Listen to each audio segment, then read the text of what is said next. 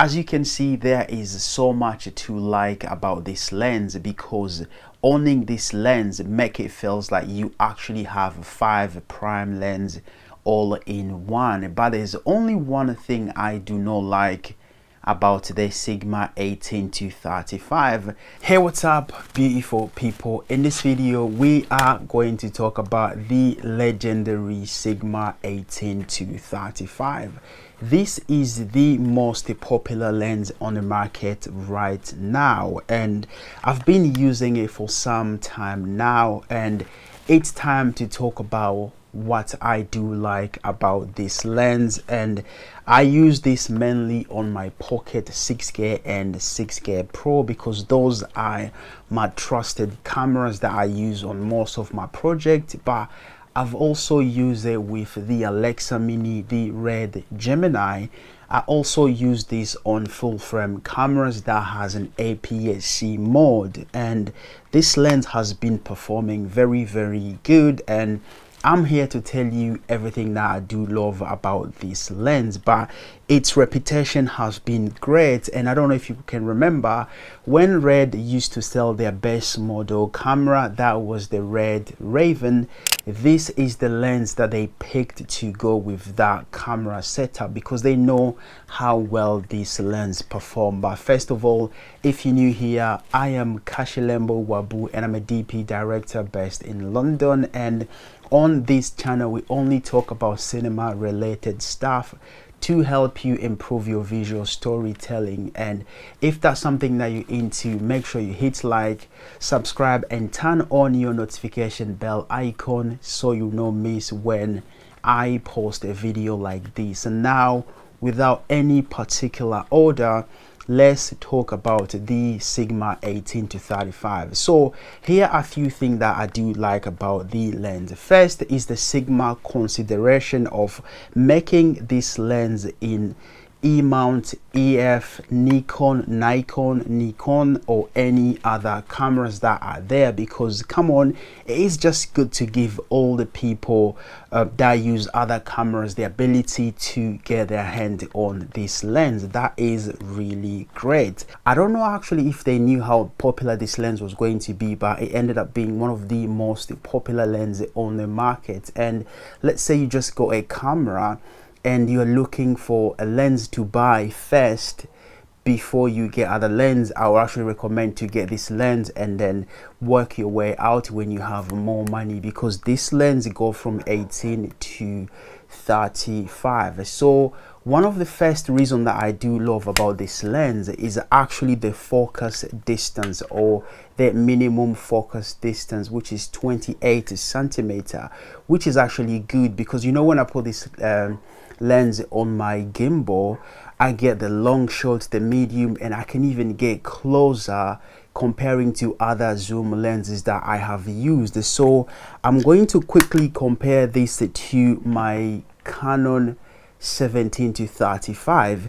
The minimum focus distance with this is actually 42 centimeter. With this being 28, you can actually see how great you would be able to get some maybe close-up shot with this lens. And that's really important as when you have the camera on a gimbal, because listen, you don't want to take it out. You want to put this camera there, shoot weddings, live show, concert, music video, or anything that you feel like it is best or good for you. And another thing that I do love about this lens, it is, again, when you put this on a gimbal, that's when you start to noticing this thing. So as you can see, I am going from 18 to 35, and the front nose or the barrel of the lens does not move back and forth. That's really good because everything is actually happening internally. Now again, to compare this to my old school zoom way, or how they used to do zoom lens back in the days,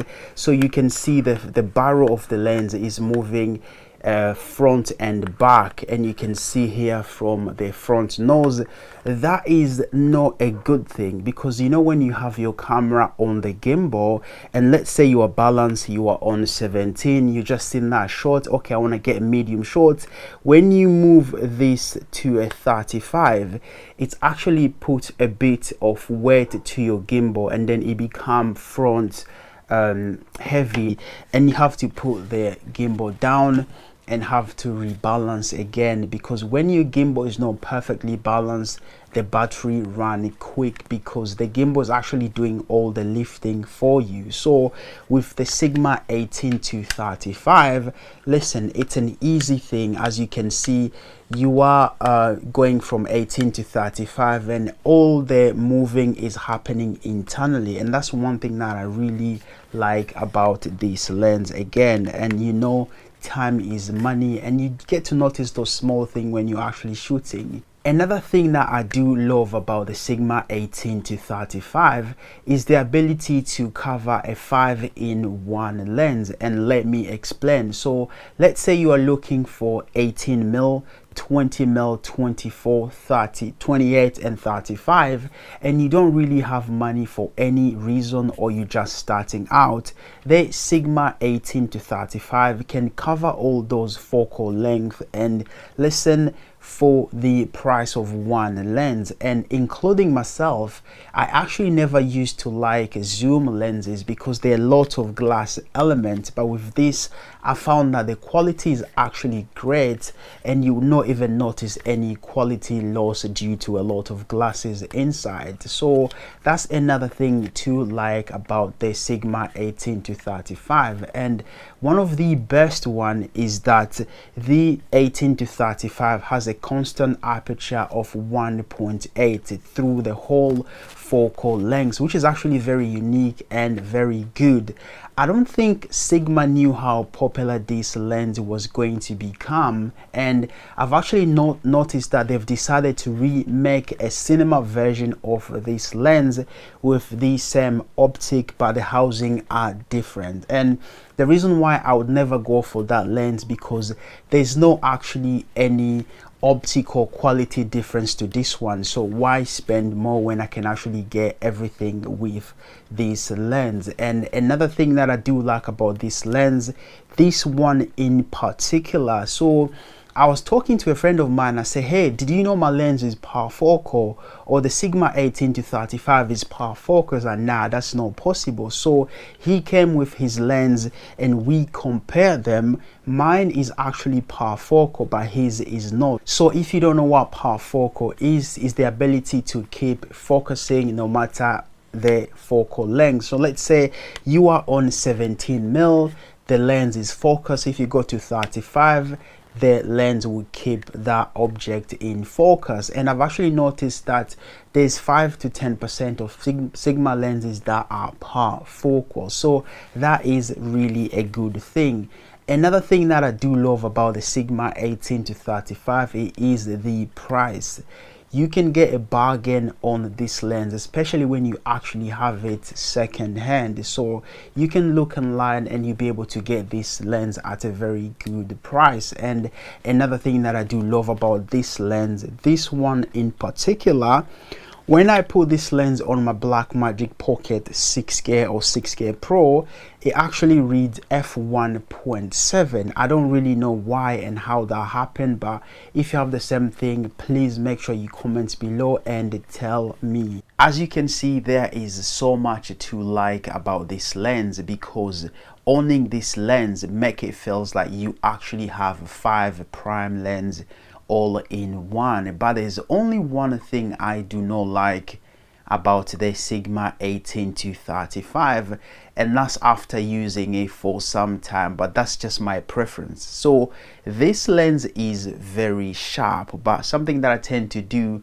I actually use a Tiffin Black Pro Mist filter to kind of soften it down a little bit. But again, that is up to you, because you know creativity is very subjective. So guys, those are a few of the reasons why I pick the Sigma 18 to 35. Thank you so much for watching. If you like this video, make sure you hit like, subscribe, and turn on that notification bell icon so you don't miss when I post a video like this. Stay tuned and stay creative.